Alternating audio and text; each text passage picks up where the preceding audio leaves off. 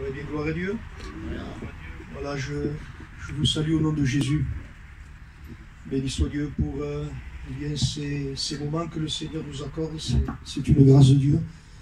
Et nous ne voulons pas simplement le dire, mais que le Seigneur nous aide bien à réaliser combien il est bon, alléluia, et bien de se rassembler autour et bien de sa personne, de se rassembler bien au nom du Seigneur, alléluia. J'ai envie de remercier le Seigneur, de lui dire tout simplement avec des mots simples. Et le Seigneur, regarde au cœur, alléluia. Et de lui dire, à travers cette table qui est dressée, ces emblèmes, ce rappel, lui dire, avant tout, merci. Merci Seigneur pour ce salut que tu m'as donné. Merci pour ce si grand salut. Amen. Alléluia. Amen. Nous étions morts, il nous a donné la vie. Amen. Alléluia. Quel amour et quelle justice de Dieu. Comment un homme pécheur, comme je l'étais, comment un Dieu juste, a pu me pardonner tout en restant juste. Il a fallu qu'il donne son fils. Alléluia. La Bible dit qu'il est devenu péché, lui qui n'avait pas connu le péché. Amen. Amen. Afin que nous devenions en lui justice de Dieu. Nous bénissons Dieu pour son amour et nous bénissons Dieu aussi pour sa justice. Certains disent que Dieu est plus juste qu'amour.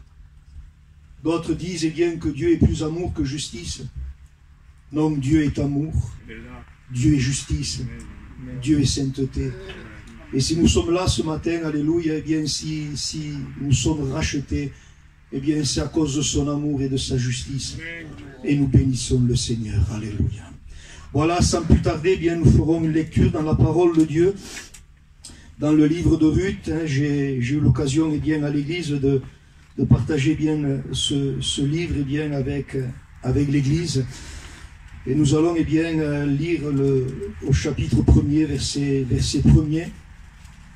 Et juste avant le livre de Ruth, il y a le livre des juges. Et le dernier verset, je voudrais le lire, c'est le verset 25 du livre des juges. Et il nous dira, en ce temps-là, il n'y avait point de roi en Israël. Chacun faisait ce qui lui semblait bon. Et au chapitre 1er du livre de Ruth, nous dit, du temps des juges, il y eut une famine dans le pays. Un homme de Bethléem, de Juda, partit avec sa femme et ses 2 fils pour faire un séjour dans le pays de Moab. Le nom de cet homme était Elimelech, celui de sa femme Naomi, et ses 2 fils s'appelaient, excusez-moi si je prononce mal, Machlon et Kiljon. Ils étaient Éphratiens de Bethléem, de Juda. Arrivés au pays de Moab, ils y fixèrent leur demeure. Et Elimelech, mari de Naomi, mourut. Quel drame. Et elle resta avec ses 2 fils. Ils prirent des femmes moabites, dont l'une s'appelait Orpa et l'autre Ruth, et ils habitèrent là environ 10 ans. Les 2 fils de Naomi moururent aussi tous les 2. Et Naomi resta privée. Nous on le lit, mais quelle situation terrible et pénible.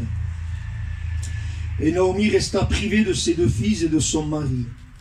Puis elle se leva, elle et ses filles et ses belles filles, afin de quitter le pays de Moab, car elle apprit du pays de Moab que l'Éternel avait visité son peuple et lui avait donné du pain. Elle sortit du lieu qu'elle habitait, accompagnée de ses 2 belles filles, et elle se mit en route pour retourner dans le pays de Juda. Naomi dit alors à ses 2 belles filles, allez, que chacune retourne à la maison de sa mère, que l'Éternel use de bonté envers vous, comme vous l'avez fait envers ceux qui sont morts et envers moi. Que l'Éternel vous fasse trouver à chacune du repos dans la maison d'un mari. Et elle les baisa. Elles élevèrent la voix et pleurèrent, et elles lui dirent, non, nous irons avec toi. Naomi dit, retournez mes filles. Et au verset 14, alléluia, la parole de Dieu dit que, et elles élevèrent la voix, elles pleurèrent encore. Orpa baisa sa belle-mère, mais Ruth s'attacha à elle. Naomi dit à Ruth, voici ta belle-sœur est retournée vers son peuple, Et verset Dieu, retourne comme ta belle-sœur. Ruth répondit, ne me presse pas de te laisser, de te quitter, de retourner loin de toi. Et là, c'est un verset qu'on connaît chacun. Et elle dira, où tu iras, j'irai. Où tu demeureras, je demeurerai. Ton peuple sera mon peuple, et ton Dieu sera mon Dieu. Où tu mourras, je mourrai, et j'y serai enterré. Que l'Éternel me traite dans toute sa rigueur, si autre chose, eh bien que la mort vienne à me séparer de toi. Naomi, la voyant décidée, eh bien, à aller avec elle, cessa d'insister auprès d'elle. Nous terminons la lecture. Elles firent ensemble le voyage, et jusqu'à leur arrivée à Bethléem. Et lorsqu'elles entrèrent dans Bethléem, toute la ville fut émue à cause d'elles. Et les femmes disaient, est-ce là, Naomi? Elle leur dit, ne m'appelez pas Naomi, appelez-moi Mara, car le Tout-Puissant m'a rempli d'amertume. J'étais dans l'abondance à mon départ, et l'Éternel me ramène les mains vides. Pourquoi m'appelleriez-vous Naomi, après que l'Éternel, eh bien, s'est prononcé contre moi, et que le Tout-Puissant m'a affligé? Et le dernier verset nous dit, ainsi revinrent du pays de Moab, Naomi et sa belle-fille Ruth, la Moabite. Elles arrivèrent à Bethléem au commencement de la moisson des orges. Et nous bénissons Dieu, alléluia, pour sa parole. Nous bénissons le Seigneur, eh bien, pour sa présence, eh bien, au milieu de nous. Et nous allons essayer, par la grâce de Dieu, ce matin, de partager, eh bien, ce chapitre, alléluia, et de retirer, eh bien, quelques instructions, retirer, eh bien, voilà, des sujets d'encouragement, d'avertissement peut-être, et une direction, eh bien, que le Seigneur, eh bien, veut nous donner à chacun, à nos vies individuellement, mais aussi dans nos foyers, dans l'Église. La Bible, bien, nous dit, et j'ai lu ce texte en introduction, eh bien, en ce temps-là, au temps des juges, il n'y avait point de roi en Israël. Il n'y avait plus, eh bien, d'autorité spirituelle. Et le texte dit, eh bien, que chacun faisait ce qui lui semblait bon. En un mot, eh bien, chacun vivait selon la chair. Chacun, eh bien, était son propre roi, était son propre Dieu. Et je peux dire, eh bien, c'est dommage parce que Dieu avait un autre plan pour Israël, pour cette famille. Et je voudrais dire, eh bien, c'est dommage parce que Israël aurait pu connaître, eh bien, des temps, eh bien, je dirais, merveilleux, des temps d'abondance, des temps de bénédiction, dans le pays où la Bible dit, dans le pays où coulait, eh bien, le lait et le miel. Mais quand Dieu ne règne plus dans un cœur, quand Dieu ne règne plus, eh bien, dans un foyer, quand Dieu ne règne plus, n'est plus le roi, n'a plus sa place, n'a plus, eh bien, cette autorité, quand un foyer ou quelqu'un ou une église, eh bien, ne dépend plus, eh bien, de Dieu, eh bien, il y a souvent, je dirais, eh bien, des conséquences. Et l'anarchie, le désordre, eh bien, malheureusement, eh bien, fait des ravages. Et je voudrais vous dire, frères et sœurs, eh bien, que faire ce qui nous semble bon, eh bien, coûte cher, coûte très cher. Et malheureusement, eh bien, pour l'avoir expérimenté, eh bien, souvent quand je n'ai pas consulté Dieu, souvent quand et j'ai voulu faire, eh bien, ce qui me semblait bon, choisir, eh bien, le chemin de la facilité, eh bien, par expérience, eh bien, je peux vous dire, eh bien, que je l'ai regretté. Et Israël, eh bien, en a subi les conséquences. Et la désobéissance, frères et sœurs, eh bien, coûte cher. Se retire sa protection, Dieu retire, eh bien, son approbation. Dans la désobéissance, eh bien, il y a des brèches qui se forment, et l'ennemi, eh bien, s'installe, eh bien, s'introduit et s'installe à travers, eh bien, ces brèches. La Bible nous dit, eh bien, au verset 1er, eh bien, que, eh bien, dans les temps des juges, il y eut, eh bien, une famine, eh bien, en Juda. Et j'ai voulu un peu, eh bien, me renseigner par rapport à ce que représentait une famine. eh bien, la famine, eh bien, vient de la sécheresse. Et pour le faire court, c'est un déséquilibre entre la chaleur et la pluie. Un déséquilibre entre une chaleur extrême ou un manque, eh bien, de pluie. Mais nous savons, frères et sœurs, eh bien, que Dieu est souverain. Alléluia. Et que derrière le soleil, que derrière, eh bien, je dirais, les nuages, que derrière la pluie, eh bien, il y a la volonté de Dieu. Et je lisais un verset dans Deutéronome, c'est Dieu qui s'adresse, eh bien, à Moïse. Et Moïse, eh bien, dit au peuple ce que Dieu lui dit. Et dans le chapitre 11, verset 13, il dira, eh bien, Israël, si tu obéis, j'enverrai, eh bien, pour toi la pluie, c'est-à-dire la pluie de la bénédiction, c'est-à-dire, eh bien, mon approbation, mon sceau. J'enverrai, eh bien, sur Israël, eh bien, la pluie de la première et de l'arrière-saison. En un mot, la pluie de la bénédiction. Mais il dira à Israël, si tu désobéis, eh bien, je fermerai les écluses, eh bien, des cieux. Donc, nous pouvons dire par rapport, eh bien, à ce que nous avons lu, eh bien, que c'est Dieu qui permet, eh bien, cette famine, dans un but, eh bien, pour que son peuple revienne à lui. Et dans ce temps de famine, eh bien, la Bible nous dit, eh bien, qu'un homme partit, et il précise le lieu, l'endroit, parti de Bethléem. Et nous savons tous, eh bien, que Bethléem, eh bien, signifie maison du pain. Que Bethléem, eh bien, signifie maison de la louange. Bethléem, eh bien, représente tout ce que Dieu veut pour son peuple, tout ce que Dieu veut pour son Église, tout ce que Dieu veut pour ta vie, tout ce que Dieu veut, eh bien, pour ton foyer, c'est-à-dire, eh bien, une vie de plénitude, une vie d'abondance. Dieu veut que son peuple, quand nous lisons la parole de Dieu, et malheureusement au jour d'aujourd'hui, nous voyons, eh bien, bien de, je dirais, bien de la médiocrité, mais Dieu veut que nous soyons remplis. Frères et sœurs, Dieu veut que tu sois rempli. Frères et sœurs, peuple de Dieu, Dieu veut que son peuple soit fort. Et nous avons tout, alléluia, malgré les temps, les situations, malgré les circonstances, malgré les événements, eh bien, que nous vivons. Et souvent nous disons, eh bien, c'est des temps difficiles, et c'est vrai. Mais malgré les temps, malgré les situations, malgré les événements, Dieu demeure le même. Il est le Dieu de la situation. Il est le Dieu de ta situation. Et j'ai envie de te dire, alléluia, qu'il n'y a aucune situation qui ne peut dépasser Dieu, qui ne peut déstabiliser, eh bien, Dieu. Et Dieu veut que nous soyons forts. Dieu veut que nous soyons heureux.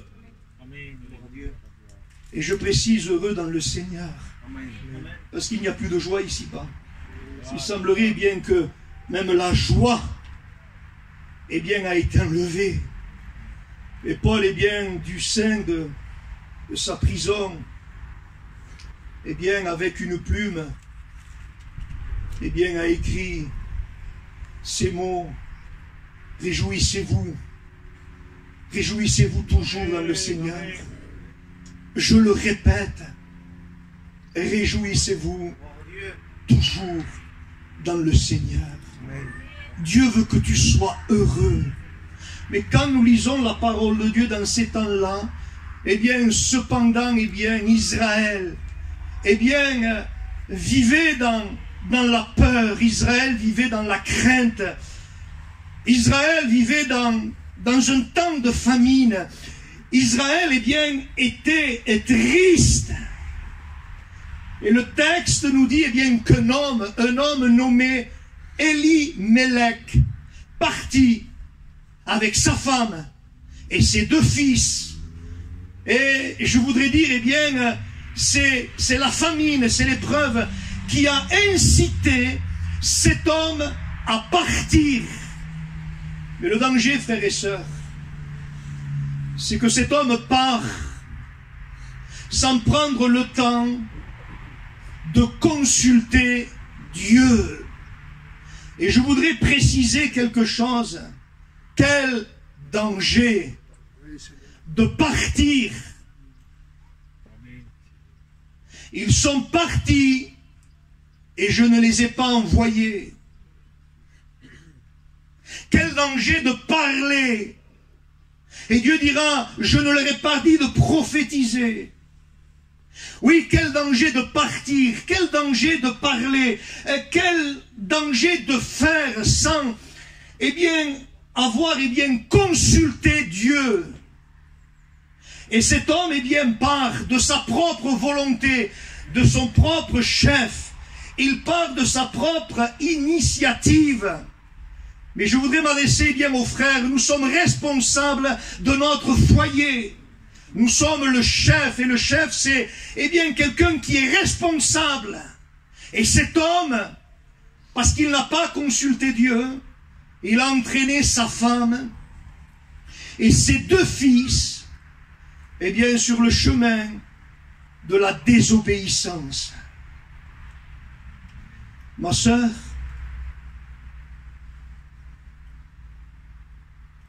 si ton mari va se noyer, ou mon frère, ne te noie pas. Ma sœur, si ton mari veut se perdre, ne te perds pas. Une femme, vous savez, peut être un moyen de bénédiction. Une femme, doit être dans son foyer une aide. Quelqu'un qui sait donner de bons conseils. Et cette femme n'aurait jamais dû, céder à la faiblesse de son mari.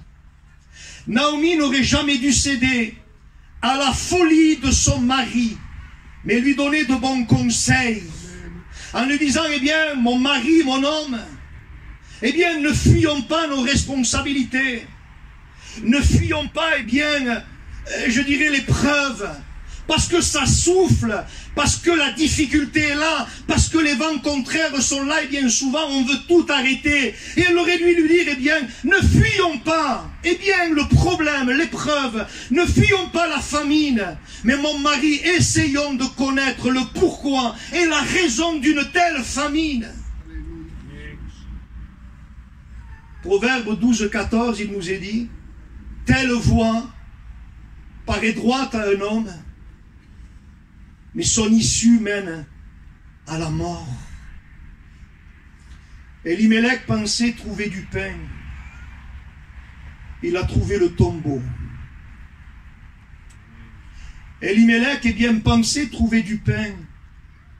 Et il a amené ses deux fils, excusez-moi, dans un tombeau. Et parfois nous voyons, nous constatons, et malheureusement au sein de la chrétienté, des foyers, et j'ai vu ça, par nos choix, par nos décisions, par notre façon de vivre, livrer nos enfants à Moloch, livrer nos enfants au monde, livrer nos enfants à la convoitise, livrer nos enfants à aimer le monde plus que Dieu. Mais je bénis Dieu, alléluia, parce que nous avons le Dieu, de la grâce, le Dieu de la seconde chance. Dieu est un Dieu de bonté, alléluia. Et le texte nous dit, qu'au sein de son amertume, qu'au sein, de sa peine, de sa tristesse, au sein, de son affliction, elle entend. Et je voudrais que tu ouvres tes oreilles, alléluia. Elle entend que Dieu a visité à nouveau son peuple. Elle entend que Dieu a donné à nouveau du pain à son peuple. Et comme je disais hier, on parlait avec des frères, quand Dieu descend, frères et sœurs, on n'imagine pas. Les mots me manquent. Mon vocabulaire est pauvre. Mais quand Dieu descend dans une église, quand Dieu descend dans une vie, quand Dieu descend dans un foyer, c'est merveilleux. Quand Dieu visite, c'est magnifique. Alléluia. Et là, cette femme, apprend. Alléluia. Que Dieu a visité, que Dieu est descendu. N'oublions pas, peuple de Dieu, et nous l'avons malheureusement oublié pour certains, que notre Dieu est un Dieu riche. Et non seulement d'être riche, c'est un Dieu généreux. Et encore aujourd'hui, il veut nous surprendre. Et il est celui qui peut donner au-delà de ce qu'on peut penser, espérer ou imaginer. Cette femme apprend que Dieu a visité son peuple. Elle décide. Elle prend une décision. Ma sœur, mon frère, c'est le moment de prendre des décisions. Si nous nous sommes éloignés de la maison du pain, si nous sommes éloignés de Jésus, c'est le moment, alléluia, de prendre une décision. La Bible dira, ta décision dépendra, le succès. Et malgré sa souffrance, malgré son amertume, elle décide, de partir. Et la Bible nous dit au verset 7, qu'elle part, mais pas seule. Elle est accompagnée, par ses deux belles filles. Et je voudrais préciser, selon ce que nous dit, le texte, qu'Orpa et Ruth aimaient leur belle-mère. Et Naomi va essayer de les décourager en disant que chacune retourne à la maison de sa mère. Elles vont répondre non. Elles vont élever la voix. Elles vont pleurer. Et elles vont dire non, nous irons avec toi. Un peu plus loin au verset 11, Naomi encore essaye de les décourager. Elle est prête à retourner, chacune dans la maison de sa mère. En un mot, je le conçois comme ça. Mes filles, et personne ne nous a obligés de suivre Jésus. Mes filles, le chemin que je prends aujourd'hui est un chemin que vous ne connaissez pas. C'est le chemin de la foi. C'est le chemin de la dépendance de Dieu. C'est le chemin de la consécration. C'est le chemin du renoncement. C'est le chemin, alléluia, je dirais de la mort à soi-même. En un mot, elle est en train de leur dire, mes filles, sur ce chemin, dans cette direction, je ne peux rien vous garantir concernant votre avenir terrestre, concernant vos biens matériels et concernant votre mariage.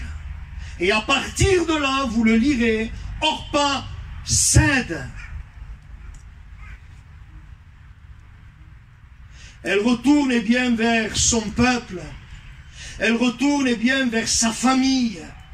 Elle retourne vers ses dieux, vers ses idoles. Et le problème d'Orpa, c'est que elle était plus attachée à sa belle-mère qu'au Dieu de sa belle-mère. Et au bout d'un temps, frères et sœurs, quand l'épreuve est là, quand il y a des décisions à prendre, ça ne tient pas. Et nous voulons, nous, en tant que pasteurs, que le peuple de Dieu ne s'attache pas à un homme, ne s'attache pas, à une dénomination, mais nous voulons que le peuple de Dieu s'attache à Jésus. Amen. Et malheureusement, alléluia, nous le voyons ici, je ne sais pas, je ne connais pas, mais nous voyons que beaucoup de personnes se sont attachées, à un homme, à une dénomination, à un mouvement, se sont attachés, je dirais, à une église. Et on voit, qu'avec le temps, ça ne tient pas.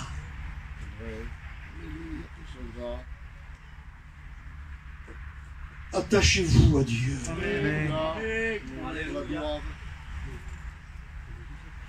Honore les hommes de Dieu, respecte les hommes de Dieu. Mais ne t'attache pas à un homme. Attache-toi à Jésus. Amen. Et là, sa belle-mère, eh bien, va dire à Ruth, elle reste seule. Ruth, ta belle-sœur est partie. Vers son peuple, vers ses dieux, vers sa famille. Elle va lui dire, eh bien, retourne-toi aussi. Et ces paroles, frères et sœurs, eh bien, ont explosé dans mon cœur. Quelle réponse? Où tu iras, j'irai. Et j'ai envie de dire au Seigneur, eh bien, ces mots, avec beaucoup d'humilité. Seigneur, où tu iras, j'irai. Et je sais bien que ce chemin nous amène au but ultime, de mourir à soi-même. Que celui qui veut me suivre renonce à lui-même, se charge bien de sa croix, et qu'il me suive. Si tu veux suivre Jésus, cela va t'amener bien à mourir à toi-même. Où tu iras, j'irai. Où tu demeureras, je demeurerai. Ça a explosé dans mon cœur. Ton peuple sera mon peuple. Ton Dieu sera mon Dieu. Et écoutez la fin, alléluia. Où tu mourras, je mourrai. Et j'y serai, eh bien, enterré. En un mot, cette femme est en train de dire, qu'importe si je dois rester veuve, qu'importe si je dois rester sans enfant, qu'importe, eh bien, si tu ne me garantis pas, eh bien, des biens matériels, qu'importe. Amen. Elle renonce à sa famille. Elle renonce, eh bien, je dirais, eh bien, à son peuple, à ses dieux. Elle est jeune, elle part de son pays, elle va dans un pays étranger. On ne réalise pas, eh bien, le renoncement qu'a fait cette femme. Qu'importe.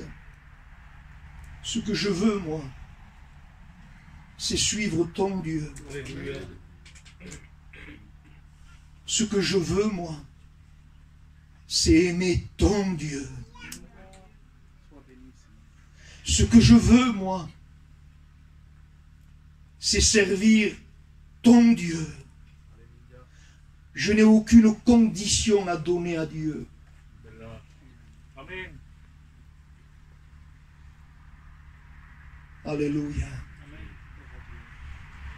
Ruth était non seulement attachée à sa belle-mère, mais elle était attachée au Dieu de Naomi. Et je bénis, eh bien, le Seigneur. Elle s'est convertie et Dieu dira, j'ai prêché de partout à Jérusalem, en Judée, en Samarie, jusqu'aux extrémités, eh bien, de la terre. Il dira, eh bien, la repentance, et il précise la conversion à Dieu. Et malheureusement, des fois, il y a des conversions, eh bien, à une église. Il y a une conversion, eh bien, parce qu'un homme a un certain charisme, on se convertit, eh bien, à une religion. Et il y a beaucoup de Français en ce moment qui sont en train de se convertir à l'islam. Mais Paul précise, il s'est converti non pas, eh bien, je dirais, à un groupe, un mouvement, alléluia, mais il précise à Dieu. Et cette femme, alléluia, eh bien, a fait un demi-tour. Alléluia, elle s'est convertie, eh bien, à Dieu. Et je ne serai pas long, je termine parce qu'il fait chaud. Elles partirent, elles entrèrent à Bethléem. Et la Bible nous dit, eh bien, que toute la ville qui est le symbole de l'Église, j'ai aimé cette expression, fut émue.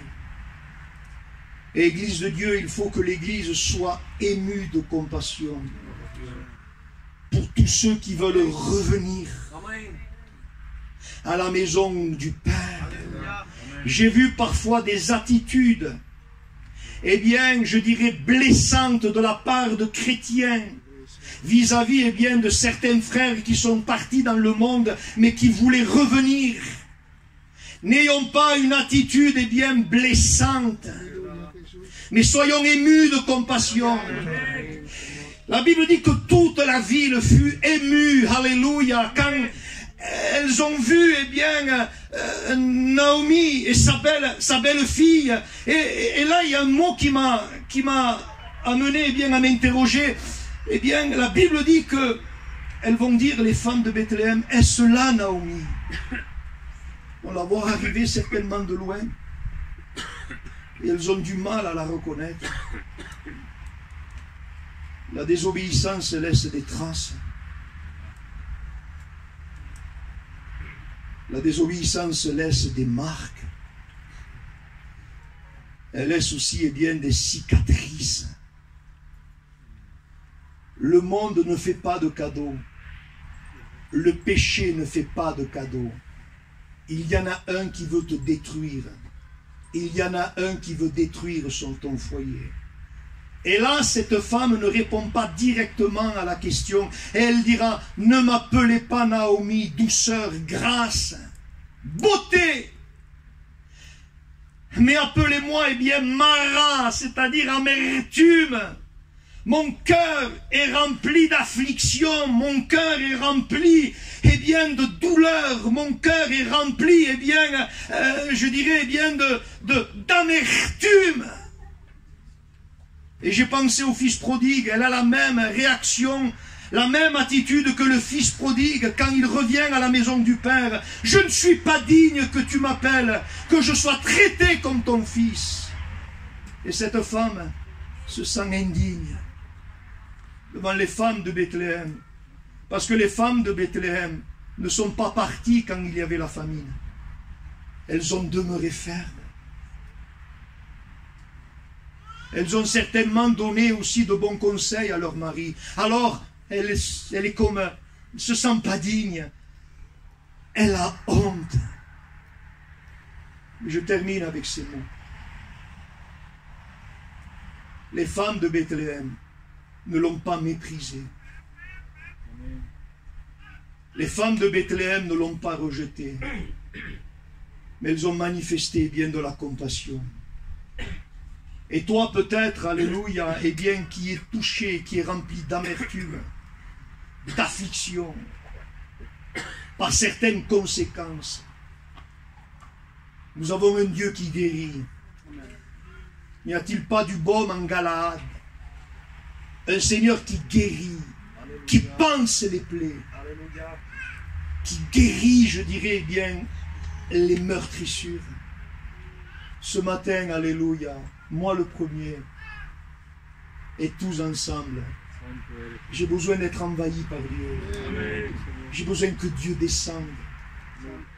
Des fois, je regarde à ma vie, je dis, Seigneur, tant de faiblesses et de manquements. Si toi, tu ne combles pas cela, descends dans ma vie en grâce. Alléluia. Viens. Dieu va guérir tes douleurs. Va panser tes blessures. Alléluia. Nous prions le Seigneur.